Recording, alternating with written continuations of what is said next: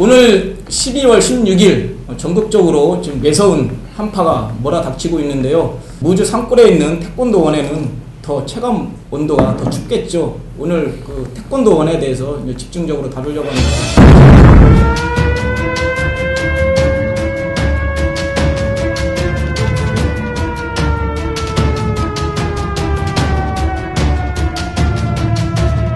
지금 태권도원 일단 그 내부 조직 문제가 지금 그 핫 이슈로 부각됐잖아요. 예. 10여회 됐는데 흥미가 좀 어느 정도 알고 있었죠. 예전부터 그런 문제가 쭉 이어져 왔었는데. 아니 근데 저는 이 정도까지 심각할 정도 왔는지 몰랐어요.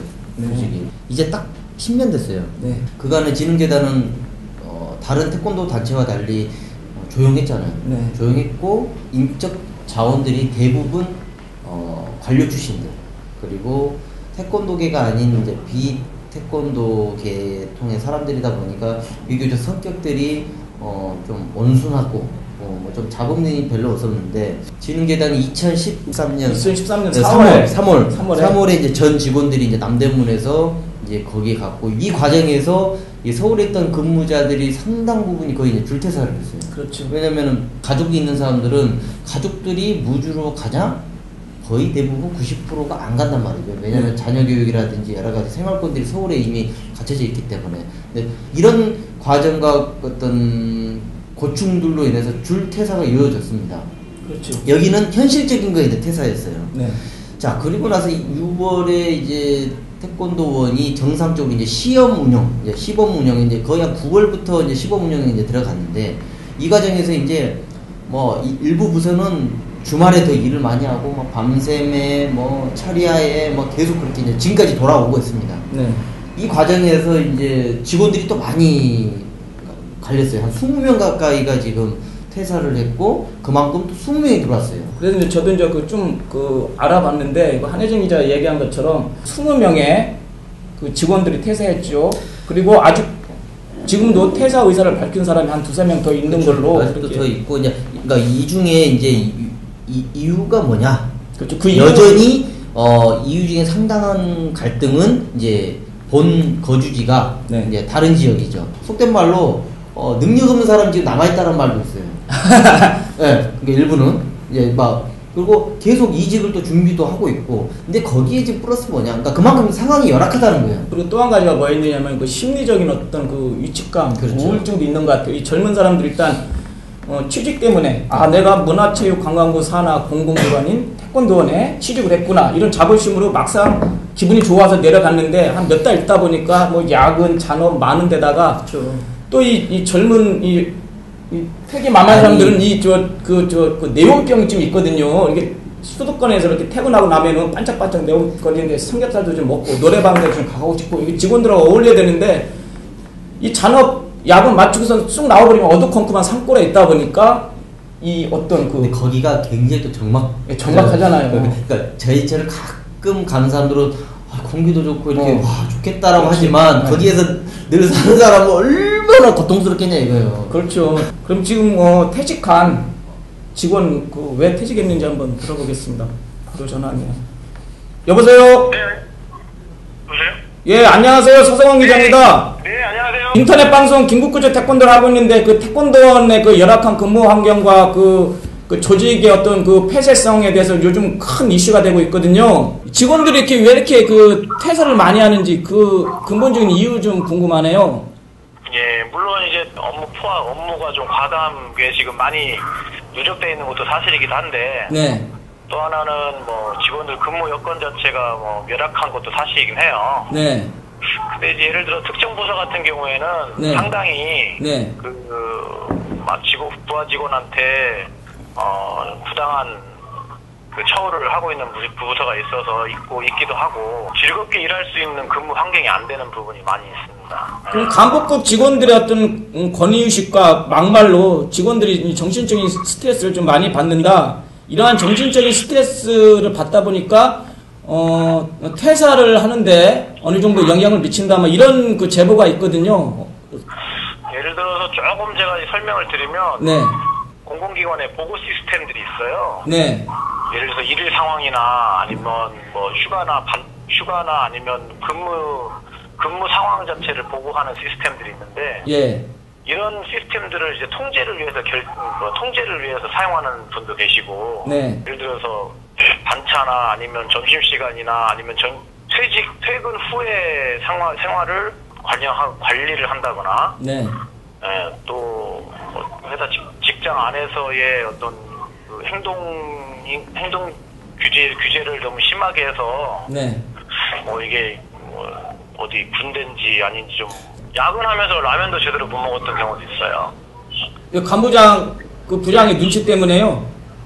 그렇죠. 그런 걸로 인해서 자꾸만 트러블 생기기도 하고 그런 적도 있고 담배를 피거나 이런 것까지도 다 컨트롤하는 경우도 있어요. 그 사람이 누군지 좀 공개할 수 있나요? 이방 퇴직하신 거?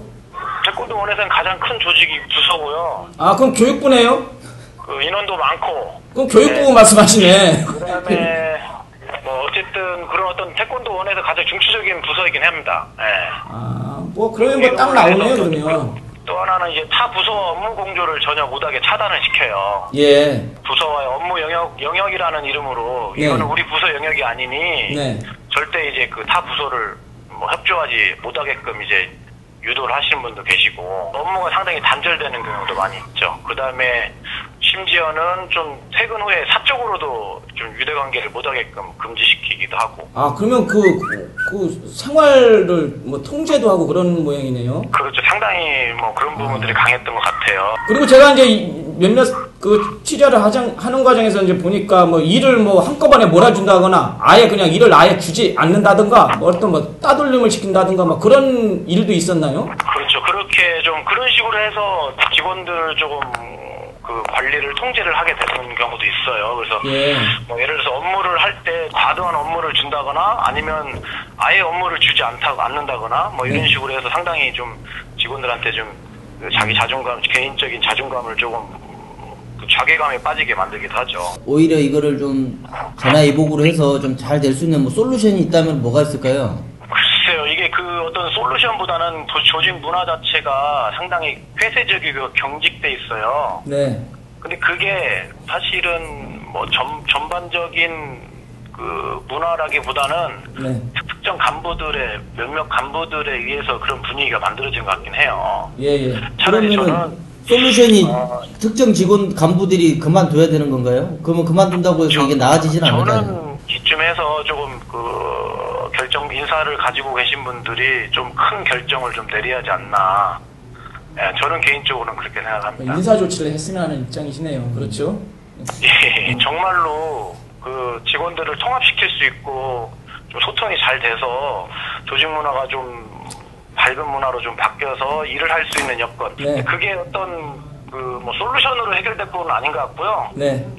제 개인적으로는 좀 윗사람들이 결단을 좀 내려야 할 부분이 있는 것 같긴 합니다. 네, 이 부분은 우리 기자들이 더 관심을 가지고 개선대로 또 노력하도록 하겠습니다. 오늘 인터뷰에 응해주셔서 고맙습니다. 예, 감사합니다. 네. 한 기자 봤지만 이 태권도원이 이제 숭례문 근처에 있다가 이제 서울에서 3시간 이상 걸리는 그 산골로 가다 보니까 이 태권도계에서 외딴섬이 돼버렸어요. 아, 네, 이게 그거 잘 몰라. 우리들도 네, 맞습니다. 가기 힘든 곳이 되니까 이 정도인지는 지금 저희가 이제 알았다라는 게 정말 깜짝 놀랐습니다. 안녕하세요. 네, 안녕하세요. 예, 김국고조입니다. 네, 고생 많으시죠? 예. 실명 거론해도 되죠? 예, 그럼요. 상관없습니다. 전창수 지금 이제 서울시 체육계 이제 사무처장님 가셨는데 이제 과거에 했던 태권도 진흥재단의 원년 멤버로서 중추적인 역할을 하셨지 않습니까? 그래서 이제 무주로 가기 전에 이제 퇴사를 하시고 새로운 곳으로 옮기셨는데 어떤 이제 일련의 최근에 진흥재단의 어떤 내부의 어떤 갈등들을 어떤 기사 등을 통해서 보셨나요? 네, 예, 봤습니다. 그렇습니다. 창립 멤버로서 좀 많이 좀 가슴이 좀 그렇죠.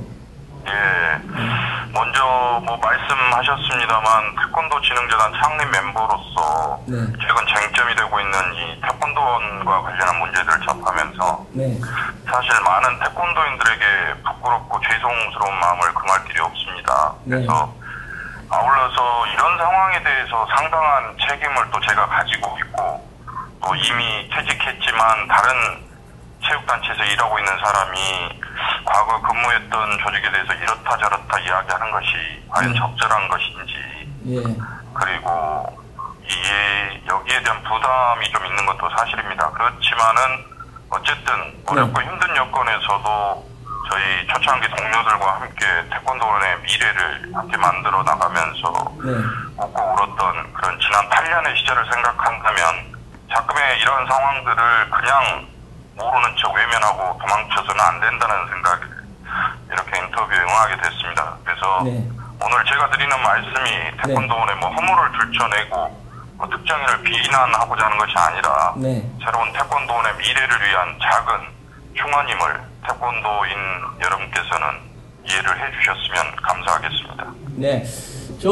제가 요 근래 그 태권도 진흥재단 태권도원을 방문했더니 그 기사에 나온 것처럼 그 벌써 20여 명의 그 직원들이 퇴사를 했고, 조직 관리, 인력 운용 여러 가지 측면에서 그 새로운 문제가 계속 이제 발생을 하고 있거든요. 8년 동안 근무를 한 상황과 지금 그 2년 근무를 하지 않은 2년 전 상황을 비교했을 때 어떤 느낌이 드시는지요? 글쎄요, 직원들이 이렇게 잦은 퇴사를 하고 있다라는 거에 대해서는 뭐 기사를 통해서도 알고 있었습니다만 그 전에 제가 관심을 가지고 있다 보니까 태권도 진흥재단에 대해서 여러 경로를 통해서 제가 이야기를 듣고 있었습니다. 그래서 저도 몇 가지 왜 도대체 이런 일이 발생하는지에 대해서 제 나름대로의 통로를 통해서 간부분들, 임원분들한테도 말씀을 드렸고 그랬는데도 그런 부분들이 전혀 시정이 안 되고 있는 것 같아요. 그래서 이제 그런 부분들이 왜 그럴까를 좀 고민을 해봤는데 결국은 가장 중요한 것은 경직되고 어떤 일방통행적인 재단의 조직 문화하고 그리고 일부 간부들의 포용력이 부족한 것이 가장 큰 이유가 아닌가 그렇게 생각을 좀 해봤습니다. 포용 능력과 공감 능력 부족하다는 건 계속 나오네요. 예, 그렇습니다. 그래서 뭐 물론 적은 임금이나 낮은 복리후생 부분도 이유가 될 수 있겠죠. 하지만 그것보다는 젊은 구성원들이 조직에 대한 비전과 목표를 공유할 수 있어야지 그들에게 동기부여가 되고 그리고 또 열정을 가질 수 있는 것 아니겠습니까? 근데 이제 그렇지를 못하기 때문에 이렇듯 퇴사가 계속해서 이어지고 있다고 생각을 합니다. 그래서 직원들이 어떤 자기의 고충을 간부들에게 상의하고 그리고 개선을 요청을 해도 조직이란 원래 그런 것이야. 네가 조직에 적응해야지. 이렇게 묵살을 하고 일부 간부들이 다 그런 건 아니겠습니다만 일부 간부들이 어떤 대화를 통해서 해결 방안을 찾기보다는 그 자리에 뭐 또 다른 사람을 뽑으면 되지라는 그런 아니라는 생각을 하고 있다는 것이 가장 큰 문제라고 생각을 합니다. 결국은 사람을 좀 중심에 둔 사고가 절실히 좀 요구된다고 하겠습니다. 그래서 결국은 방금 말씀하신 대로 태권도 진흥재단 또는 태권도원이 뭔가 정상 궤도를 오르기 위해서는 인사가 많다라고 했습니다. 그래서 지금 태권도 진흥재단은 이 비정상의 정상화를 이루어내지 못한다면 지금의 상황에서 결코 벗어날 수 없다. 오늘 소중한 말씀 정말 고맙습니다. 김국구조 태권도 더 많은 태권도 발전을 위해서 더 많은 역할을 해주시기를 저도 기원하겠습니다. 고맙습니다. 예, 감사합니다. 저 오늘 그 태권도원 그 조직 관리, 인력 운영 문제점 이제 우리가 1편을 다뤄봤는데 예전에 그런 일이 있었잖아요. 국기원 그 임원과 직원, 임직원 간에 그 싸우고 고소고발 건이 있고 뭐 서로 물리고 그런 쟁투가 있다 보니까 참 국견 우리 기자들 저 콩가루 집안이다. 참. 그러면서 해외에 있는 태권도인들이 국견을 보면서 얼마나 실망했습니까? 그런데 이제는 이제 눈길이 국견에서 나쁜 것을 배웠는지 태권도원, 태권도 진흥재단 임직원들이 이러고 있으니 참 해외에 있는 태권도인들이 실망을 많이 할 거예요. 향후 5년 이내에 국기원과 진흥재단이 통폐합은 불가피한 겁니다. 진짜 5년도 먼 이야기일 거예요. 아마 3년 안에 어떠한 강제적이든 왜냐하면 두 단체가 이미 정부 산하의 어떤 조직이 됐기 때문에 통합을 안 할 수가 없다. 통합하는데 지금 한 조직에서도 이렇게 서로가 국교는 국교대로 여기는 여기대로 직원 간에 부서 간에 협업이 안 되고 갈등하고 고소고발 하는데 이 두 조직이 만약에 한다면 ITF하고 WTF하고 통합과 같은 그런 상황이 생긴다 이거예요. 그렇습니다. 그러면 이 권력의 어떤 암투 조직은 하나가 되지만 구성원들은 그 중에 뭐 일부는 그만두겠지만은 거의 상당수가 이제 같이 이제 융화돼야 한단 말이에요.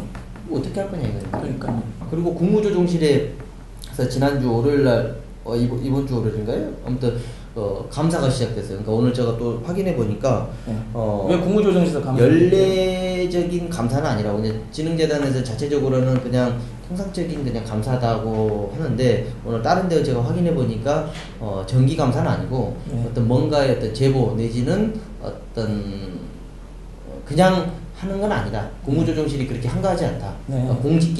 공직기강실 아마 그런 투선에 그걸로 하지 않았느냐라는 생각을 해서 지난 2008년부터 인사, 어떤 규정 그리고 계약 전반에 걸쳐서 지금 강도 높게 지금 지금 감사를 한다고 합니다. 그래서 지금 그러니까 조직 내부의 갈등에 이거 외부의 그 국무조정실 아마 감사면은 거의 뭐 감사원 다음으로 가장 센 기관이거든요. 그렇죠. 네, 그렇기 때문에 이게 아마 이 역시 후폭풍이 굉장히 좀 있을 것 같습니다. 사실 한 기간 몇 번 갑니까?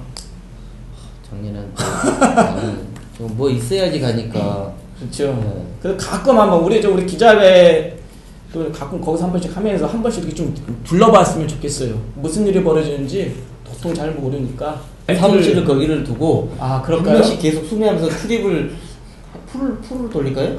그럴까요? 공간 뭐 남는데 하나 달라고 하면 우리 순환제를 근무할까? 전에 우리 기자에 한 10명 되니까 한번 해보죠. 일주일씩 거기에 순환제로 순환제로 근무하면서 그러니까 진흥재단 굉장히 싫어할 거예요.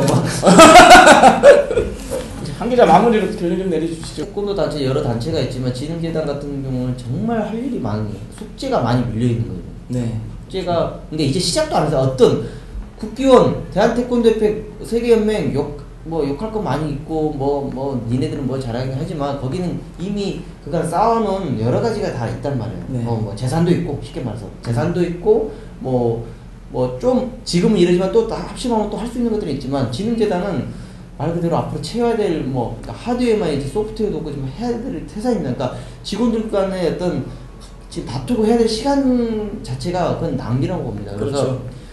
위에 어떤 본부장, 어떤 사무총장, 이사장부터 해서 모든 부분이 지금 문제 심각성을 인지하고요. 지금 배종신 이사장 그리고 유진환 사무총장께서도 임기가 끝났더라도 나가기 전까지 어떤 책임을 다해야 된다고 저는 봅니다. 이거는. 맞습니다. 네, 안 그러면 그에 대한 부분의 도의적 책임을 다 져야 돼요. 네. 아무리 임기 말년이라고 해서 이거 내몰라고 하면은 그 말만 내 탓이오가 아니고 근본적으로 충분히 지금 이 문제에 대해서 어떤 교통진할 수 있는 능력이 분명히 있다고 봅니다. 그리고 네. 본부장들 두 분들도 과거에 어떤 고충들을 이해한다면 그 어떤 밑에 있는 직원들의 어떤 고충도 또 새삼 헤아릴 줄 아셔야 되고 어떤 부분들을 좀 문제 심각성을 인지해야 됩니다. 그리고 하부 직원들도 역시 어떤 조직의 어떤 환경 처해 있는 상황들을 어떤 부분에서 이해함과 동시에 조직의 발전을 위해서 노력을 해야 되지 않을까 싶습니다. 네, 맞습니다. 저는 일단 그 1급인 2명의 본부장 그리고 이제 8명이나 되는 이 간부급 부장 이분들이 더 막중한 책임과 사명의식을 가지고 더 열심히 해야 된다고 봅니다. 그래서 이분들이 그 하위직 부하 직원들 더 감싸 안고 어떤 점이 어려운지 근무하면서 고충이 무엇인지 한 번 더 좀 헤아리고 같이 좀 회식도 좀 하고 이렇게 하면서 조직 문화를 좀 투명하고 민주적이고 좀 안정적으로 좀 이끌어갔으면 좋겠다라는 생각이 들고 그 직원들 몇 사람들 만나봤더니 그 부장하고 회식하는 것도 정말 힘들대요. 그리고 어렵게 근무를 했는데 그 업무에 대한 가치도 칭찬해야 될 좀 인색하고 칭찬도 거의 안 는답니다. 그러니까 아까 그 퇴직한 직원이 얘기한 것처럼 그 밝은 분위기 속에서 근무하는 상황이 전혀 아니라고 하잖아요. 거기 가면 더 결속력이 강해질 줄 알았거든요. 왜냐면은 거기 가면 의지할 데가 서로밖에 없으니까 네. 밤에 더 외롭고 하니까 무주 사는 사람들은 같이 그 면 소시지라도 만나서 이렇게 맨날 순대국밥에 막걸리도 마시고 이렇게 할 줄 알았더니 그냥 더 그렇죠. 이번 일로 아마 태권도원에 근무하는 직원들도 많이 좀 자각하고 반성을 할 겁니다. 그러니까 네. 너나 할 거 없이 다 잘못이라 생각하고 이 어떤 상처를 함부로 들으면서 같이 한번 대화하는 시간을 좀 가졌으면 좋겠다. 그리고 대화하는 시간을 좀 인증샷을 좀 찍어서 저희들한테 좀 보내줬으면 하는 바람입니다. 그리고 끝나는 마당에 우리 한 기자하고 다른 기자들도 우리 태권도원 그 직원들하고 얼마나 가깝게 지내고 다 좋게 생각했잖아요. 그런데 이런 일이 계속 터지니까 좀 실망스럽고. 하다못해 예전에 오직했으면 국회에서 아니 지능재단 좀 까라고. 지능재단 왜 우리만 까냐고. 지능재단 좀 하는 걸 좀 봐라고 맨 그렇게 불평불만들 했는데 결국 그게 오늘날 이러지가 않네요. 네, 맞습니다. 네, 저 긴급구조 태권도 지난 2월 시작해서 이제 거의 이제 10개월이 됐습니다. 지금까지 저희들이 일시 후원, 정기 후원을 받았는데요. 저희들이 기대한 만큼 많은 태권도인들이 그 호응을 안 해줬지만 그래도 호응을 안 해줬잖아요. 호응을 안 해줬지만 그래도 이 정기 후원, 일시 후원을 해주신 분 한 70여 명 되죠? 100명 넘습니다. 아, 100명 넘습니까? 그러면 그래도 어느 정도 해주셨네요. 하여튼 그분들한테 진심으로 고맙습니다. 아, 특히 우리 전민우 사범. 아, 그래 우리 저 경희대 그 품새 코치를 하고 있는 우리 전민우 사범이 거의 한 5번 정도 해주셨죠. 정말 고맙고 용인대학교 임태희 교수님도 고맙고 그리고 양진방 교수님도 좀 고맙고요. 그래서 앞으로는 학생들도 많이 해줬어요. 우리 그 금액을 따라서 지금 저희가 이야기하는 건 금액을 따라서 그렇죠, 금액. 단 1,000원이 됐든 얼마가 됐든 간에 독서 캠페인을 통해서 많은 분들이 맞습니다. 해줬던 거. 또 우리 문상필 문상필 대표님께서도 뭐 정기훈 해주셨습니다. 그뿐만 아니라 이제 뭐 그거로 인해서 뭐 책임 팔려고는 하지 않지만 어떤 사회적으로 태권도 사회의 어떤 가려진 어떤 출판 어떤 문화 그리고 또 한 그 독서 문화를 또 이렇게 활성화하는데 굉장히 감사하다는 그런 말씀은 그 절절한 말씀이 또 저희들한테 굉장히 힘이 되거든요. 네. 선수도 하더라고요. 그렇죠. 이대훈 선수도 만원 했는데요. 내년 5월에 그 저 러시아에서 열리는 세계 선수권 대회 때 우승하면 3만 원으로 인상을 할 걸로 이제 내부 약속을 했습니다. 그리고 우리 독서문화 캠페인 우리가 어느 정도 저 긍정적 효과를 많이 냈잖아요. 내년에는 우리가 조금 더 업그레이드된 독서문화 캠페인을 우리가 이제 준비를 해야 될 것 같습니다. 내년에 정말 우리가 좀 뭔가 독서 토론회도 하고, 네, 토론회도 하고. 여러 가지 저도 굉장히 지금 책 열심히 읽고 있습니다. 저는 엊그저께 저 장제스 평전 읽었습니다. 근데 저는 한 5년 있으면 최용희 평전 쓸 수 있을 것 같습니다. 그때 우리 또 애니빅의 문상필 사장님께서 무료로 또 필요해 주신다 하니까 그런 마음이 있고 참 우리 기자회에서도 우리 우리 기자들 쓴 그동안 그 여러 가지 좋은 기사를 뭐 아마 제가 김구조 태권도 하면서 또 저희가 기자회견 전문 태권도 영역을 전문 취재로 하는 10명의 회원들이 있는데 제가 올 2014년을 마감한 지금을 통해서 각각의 태권도 사회 그리고 뭐 학술적인 부분, 뭐 대외적인 부분, 정치적인 부분 각각의 관심 있는 10명이 어떤 10가지 색깔을 가지고 태권도를 어떤 비평 내지는 에세이 형태로 하는 책을 지금 출간을 준비하고 있습니다. 그래서 출판사하고도 이야기를 좀 하고 있고요. 네. 아마 그렇게 되면은 태권도 도서 문화의 또 새로운 어떤 장르를 여는 그런 또 도서가 되지 않을까라는 생각이 듭니다. 맞습니다. 출판사는 어디입니까? 애니빅입니다. 아니 당연한 거 가지고 이렇게 물어보면 어떡합니까?